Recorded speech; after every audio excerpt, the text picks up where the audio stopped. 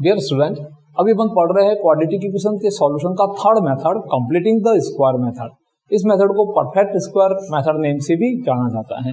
First method आपको बताया था लास्ट वीडियो में quadratic formula, second one is factorisation method and third very very important completing the square method, जिसको perfect square method name से जाना जाता है। इस मेथड को भी अपन तभी एग्जाम में काम में लेते हैं जब एग्जाम में क्वेश्चन के साथ में इन्फॉर्म होता है, लिखा हुआ आता है कि आपको कंप्लीटिंग स्क्वायर मेथड से ही करना है।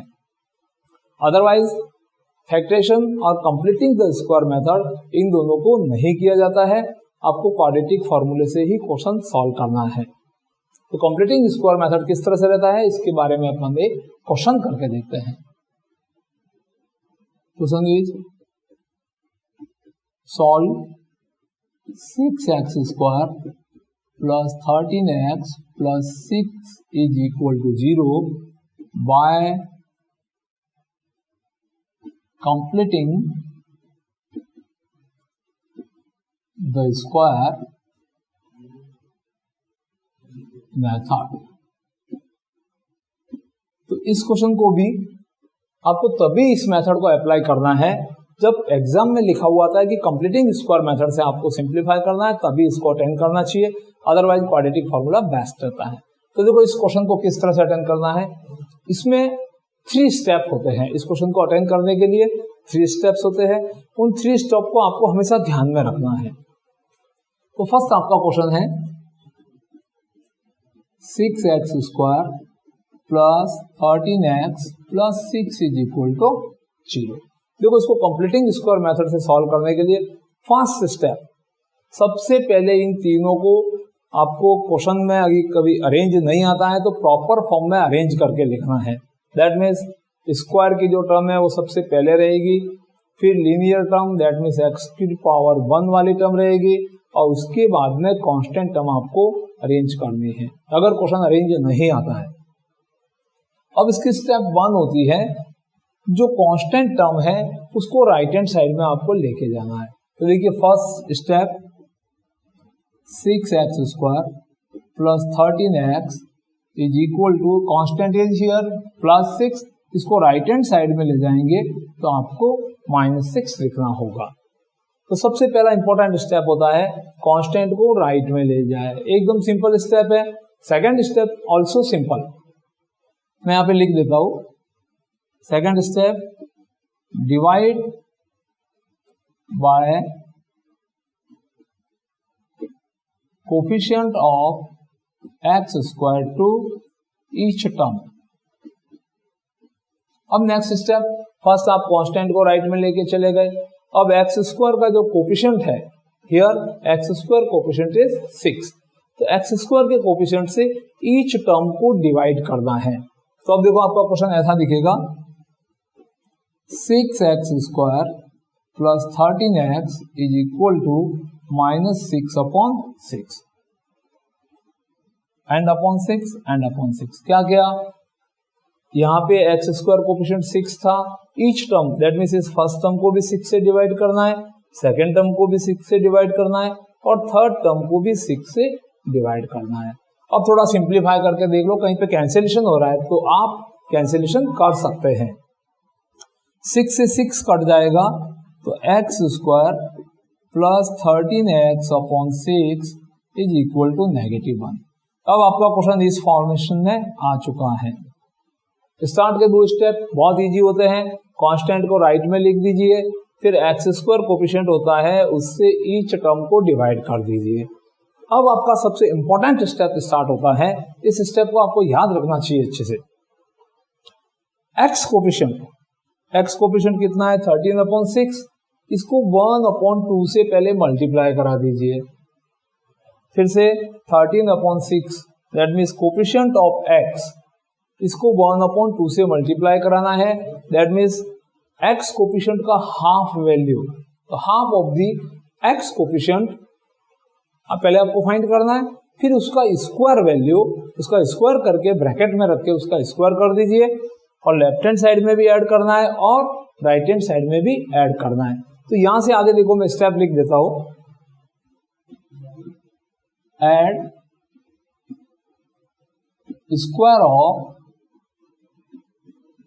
Half of coefficient of x. क्या करना है आपको, एक्स कोफिशिएंट है उसका हाफ वैल्यू बनाना है और फिर उसका हाफ वैल्यू जो होगा उसका स्क्वायर करके लेफ्ट हैंड साइड में भी ऐड करना है और राइट हैंड साइड में भी ऐड करना है। तो देखो रफ में अपन चेक करते हैं, 13/6 है, इसको पहले 1/2 से मल्टीप्लाई करते हैं तो हाफ वैल्यू कितना आ जाएगा, 13/6 multiply 1/2 that is 13/12।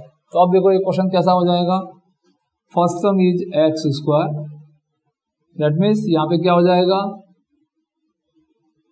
Add by 13/6 that is x coefficient, here x coefficient is positive 13/6, इसको 1/2 से मल्टीप्लाई करेंगे तो आपको 13/12 मिलेगा और इसका स्क्वायर वैल्यू दैट मीन्स 13/12 का स्क्वायर लेफ्ट में भी ऐड करना है और राइट हैंड साइड में भी ऐड करना है। तो x square, next term is positive 13x/6 and plus 13/12 square. From where 13/12 comes, x coefficient multiply by 1/2 that is 13/12 and square of the 13/12 is 13/12 bracket square, add in left hand side and in right hand side. So right hand side here is -1 plus 13/12 square. अब इसको simplify करते जाना है। यहाँ पे ऐसा क्यों करते हैं इसके बारे में थोड़ा आपको मैं बता देता हूँ कि जो x कोफिशिएंट होता है इसको 1/2 से मल्टीप्लाई करते हैं तो एक आइडेंटिटी का 2ab टर्म बन जाता है, मिडिल टर्म 2ab को रिप्रेजेंट करता है एंड थर्ड टर्म जो होती है वो b स्क्वायर में चेंज हो जाता है। यहाँ पे आगे आइडेंटिटी फॉलो हो जाती है, a square plus 2ab plus b square is equal to a plus b and square. तो अपने पास a स्क्वायर की टर्म भी है, मिडिल टर्म को 2ab से कंपेयर किया जाता है तो 2a एंड b से कंपेयर करते हैं और उससे अपन b वैल्यू फाइंड कर देते हैं और b की जगह पे 13/12 आ जाता है। तो b वैल्यू का वैल्यू पता करने के लिए मेथड क्या रहता है, जो x कोफिशिएंट होता है उसको 1/2 से मल्टीप्लाई करके उसका स्क्वायर किया जाता है तो उससे अपन को b स्क्वायर वैल्यू मिल जाती है। क्योंकि इसकी लेफ्ट हैंड साइड में b स्क्वायर वैल्यू नहीं है तो b स्क्वायर वैल्यू पता करने के लिए x कोफिशिएंट को 1/2 से मल्टीप्लाई करते हैं, फिर जो वैल्यू आता है उसका स्क्वायर कर दिया जाता है और उसको दोनों तरफ राइट और लेफ्ट साइड में ऐड कर दिया जाता है। तो यहाँ पे आइडेंटिटी बन जाती है, ये अपना a स्क्वायर हो जाता है, ये b स्क्वायर और मिडिल टर्म है वो 2ab को रिप्रेजेंट करती है।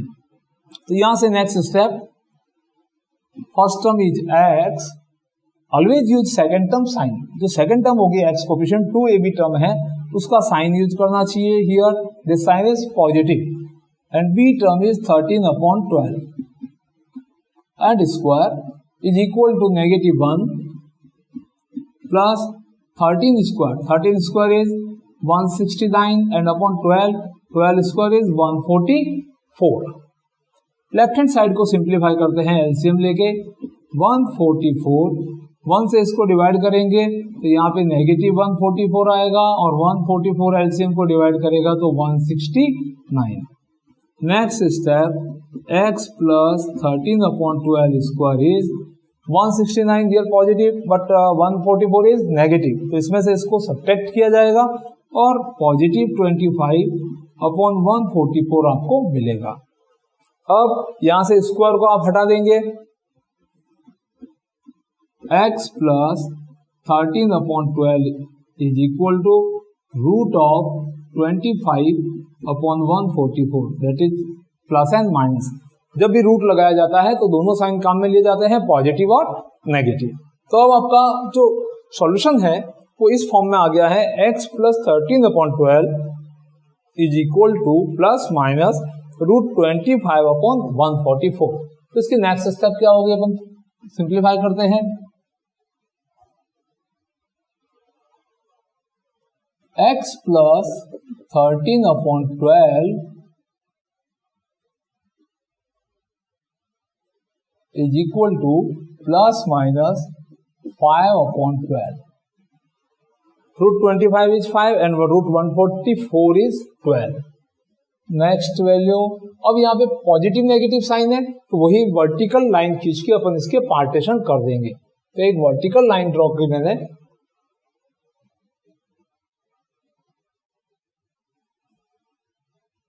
एक बार पॉजिटिव साइन लेंगे, एक बार नेगेटिव साइन लेंगे। तो x plus 13/12 is positive 5/12 and next value is x plus 13/12 is negative 5/12। दोनों पार्ट को आपको सिंप्लीफाई करते जाना है। तो देखो दोनों पार्ट को सॉल्व करते हैं इसको सबसे पहले, और x is equal to 5/12 minus 13/12। LCM is 12, here 5 minus 13, that is negative 8/12। इसको 4 की टेबल से कट करेंगे, x is equal to minus 2/3। Factorisation method से भी x का फर्स्ट वैल्यू minus 2/3 आया, और क्वाड्रेटिक फॉर्मूले से इसी क्वेश्चन को किया था तब भी एक रूट आपका minus 2/3 आया था। Next value is x is equal to minus 5/12 plus 13/12 इस राइट हैंड साइड में जाके नेगेटिव हो जाएगा। LCM is 12, negative 5 negative 13 is equal to negative 18/12। इसको 6 की टेबल से आप कट कर दोगे तो x is equal to minus 3/2। तो there are two roots of the given quadratic equation by the completing square of the method. तो इस मेथड के अंदर 3 स्टेप होते हैं। फर्स्ट स्टेप कांस्टेंट को राइट में ले जाओ, second step x square coefficient होता है उससे ईच टर्म को डिवाइड कर दो, and third very very important step x coefficient को 1/2 से मल्टीप्लाई कराना है। फिर उसका जो स्क्वायर वैल्यू आता है, ये एक्स कोफिशिएंट 13/6 था, इसको 1/2 से मल्टीप्लाई कराया तो 13/12 आता है। इसका square value left hand side और राइट हैंड साइड में ऐड किया जाता है। रीजन लेफ्ट हैंड साइड में आइडेंटिटी क्रिएट हो जाती है a square plus 2ab plus b square is equal to a plus b square. Positive की जगह अगर मिडिल टर्म नेगेटिव होगी तो नेगेटिव वाली आइडेंटिटी, पॉजिटिव है तो पॉजिटिव आइडेंटिटी बन जाती है। तो इस तरह से फिर स्क्वायर को हटा दिया जाता है और वर्टिकल लाइन से दोनों साइन के लिए अलग अलग x के वैल्यूज फाइंड किए जाते हैं, जिससे आपको दोनों रूट्स मिल जाते हैं। तो finally solutions are x is equal to minus 2/3 comma negative 3/2। Solutions को रूट्स ऑफ क्वाड्रेटिक इक्वेशन भी कहा जाता है, जीरोज ऑफ क्वाड्रेटिक इक्वेशन भी कहा जाता है। अब इसी मेथड के ऊपर कुछ मैं प्रैक्टिस क्वेश्चन दे रहा हूं जिससे आपको कंप्लीटिंग स्क्वायर मेथड से जिन्हें सिंप्लीफाई करना है।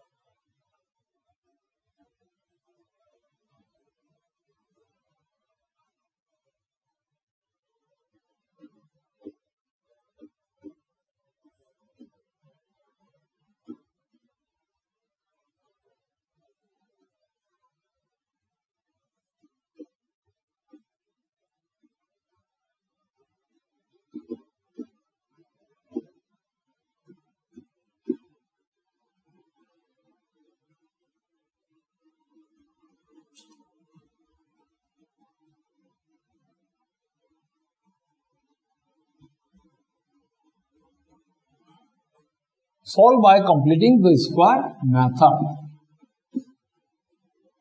तो आपको यहाँ पे मैं प्रैक्टिस क्वेश्चन लिख रहा हूँ। Question number 1, 6x square plus 13x plus 6 is 0।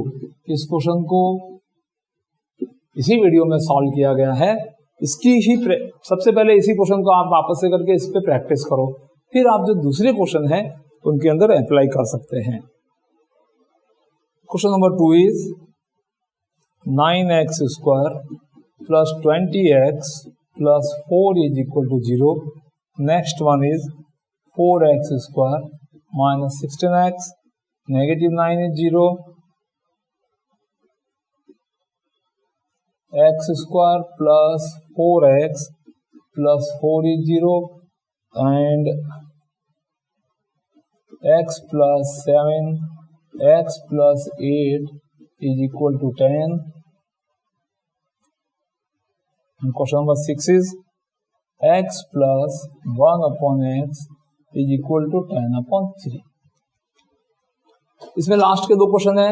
सबसे पहले इन दोनों ब्रैकेट को मल्टीप्लाई कर दीजिए जिससे प्रॉपर क्वाड्रेटिक इक्वेशन बनेगा। आफ्टर दैट आप completing the square method apply कर सकते हैं। इसको एलसीएम लेके प्रॉपर फॉर्म में लाना है।